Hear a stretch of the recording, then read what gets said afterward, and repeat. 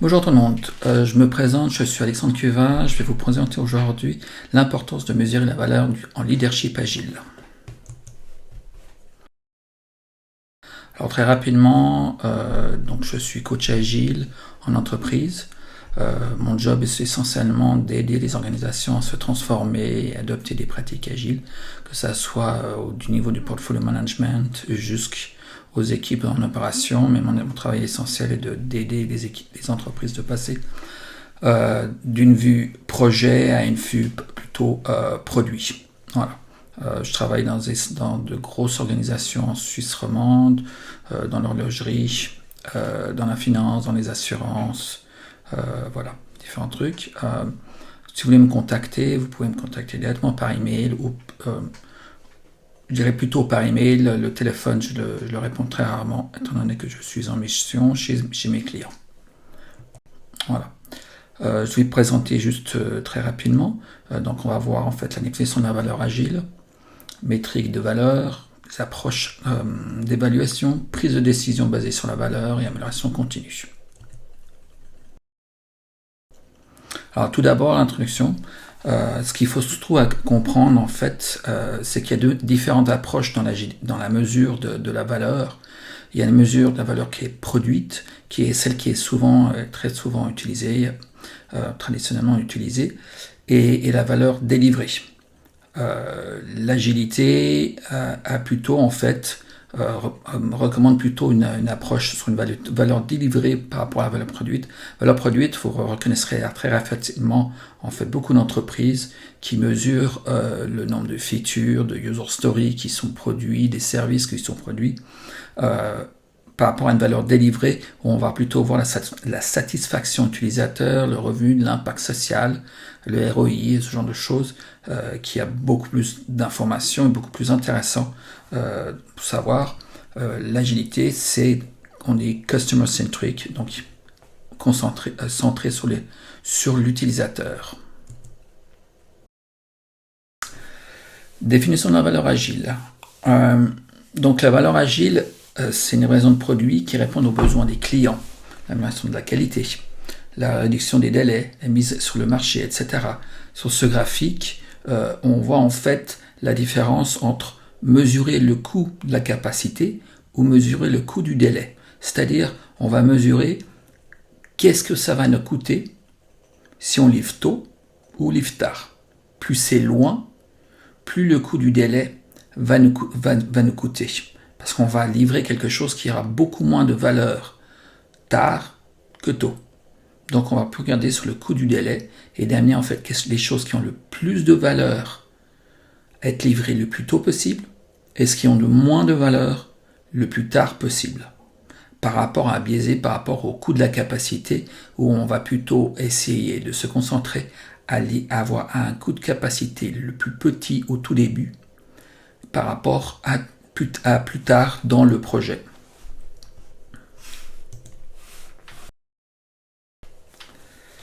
Pour mesurer les métriques de valeur sont essentiellement sur le taux de satisfaction du client, le temps de mise sur le marché, la qualité du produit, l'investissement, l'ROI.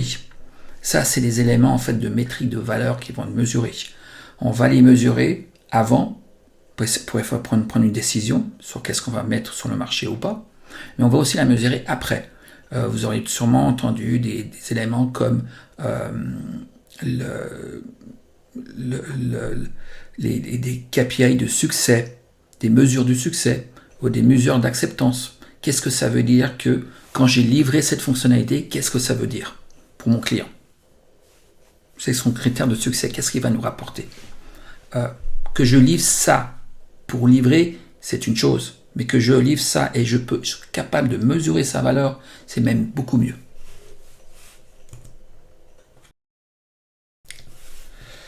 Alors on utilise par une approche d'évaluation.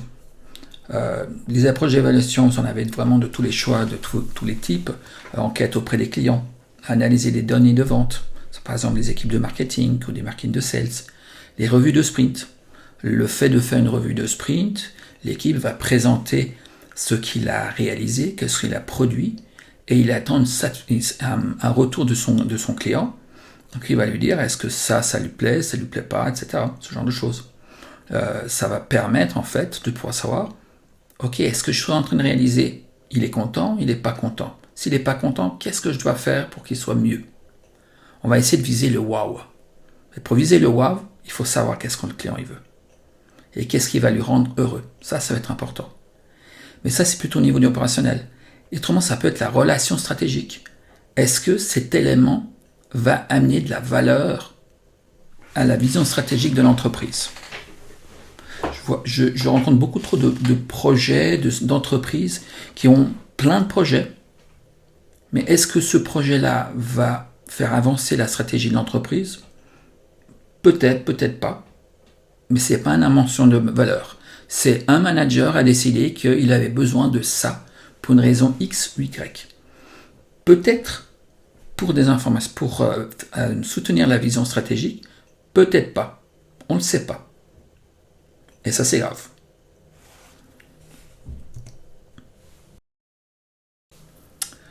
Donc une approche d'évaluation, par exemple, vous avez le code du délai qui a été pas inventé par Safe, Safe utilise beaucoup, mais on comprend très vite qu'en fait c'est limité, parce qu'il y a business value, criticité du temps, criticité, risque de futur, ce genre de choses. Oui, d'accord, mais business value, ça veut dire quoi? Et business value, ça peut dire beaucoup de choses dans beaucoup d'entreprises. Voilà, par exemple, un exemple d'une entreprise que j'ai coachée il n'y a pas très longtemps que ça. Sa business value, on retrouve des éléments du coût du délai, mais on retrouve d'autres éléments. Quel est son alignement stratégique? Est-ce que ce sujet, cette initiative, ce projet est aligné à la vision stratégique de l'entreprise ou pas du tout? Voilà. Est-ce qu'il va nous ramener des revenus? Est-ce qu'on va gagner de l'argent avec ça? Ou pas? Ou est-ce qu'on va perdre moins d'argent? Donc on va en gagner. Ça aussi c'est un truc. Les gains utilisateurs, est-ce que c'est quelque chose qui va faire que nos utilisateurs vont avoir un gain ou pas? Intéressant. Sponsorship de la direction. C'est-à-dire, est-ce que c'est un sujet où la direction serait super heureux de l'avoir et du coup il nous appuie à 100%, ou bien c'est quelque chose où en fait la direction s'en fout? Du coup, moins intéressant par la direction. Et puis le dernier critère, criticité temporelle, ça on le voit aussi déjà dans le coût du délai, c'est de savoir, est-ce que si aujourd'hui je le fais, c'est important, ou est-ce que demain, si je le fais pas, elle perdra de la valeur. Voilà. Et puis là-dessus, on prend des chiffres entre 1, 3, 8, 21 sur chacun de ces critères. Donc 1, moins intéressant, 21, super intéressant. On prend ça, on fait la somme, et ça donne la business value de cette initiative, ce projet. Voilà. Une fois qu'on a cette business value, ça va nous permettre d'avoir une prise de décision. Priorisation de projet. Quel est le projet le plus important, quel est le projet le moins important?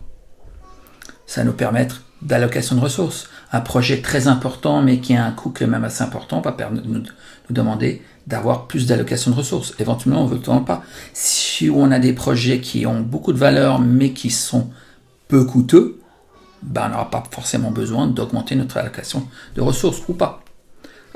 Ça peut nous prendre une décision sur la stratégie globale. On avait l'idée de projet, tout ça, oui, ils sont alignés à la vision stratégique, mais aujourd'hui, ils nous coûtent trop cher. Donc peut-être qu'on doit réévaluer notre stratégie globale. Voilà. Ça va aider à l'organisation à prendre des décisions. Ou au produit à prendre des décisions par rapport à son niveau. Si ce n'est pas au niveau de l'organisation, bien sûr. Et puis à la fin, quelque chose qui est super important, c'est l'amélioration continue. Sans amélioration continue, vous êtes figé sur un principe. Ce que je vous avais montré est vrai aujourd'hui, mais peut-être plus vrai demain. Ce qui est important, c'est qu'on le revoit. On continue. Tous les 3 mois. Ça dépend en fait de quel niveau. Si c'est un niveau initiative, stratégique et tout ça, peut-être une fois par année suffit. Au niveau des équipes, peut-être qu'il faut revoir comment on va évaluer cette valeur. Peut-être qu'on regarde ça tous les 3 mois. Tous les sprints. Tous les sprints, je pense que c'est un peu trop rapide. Mais tous les 3 mois, par exemple.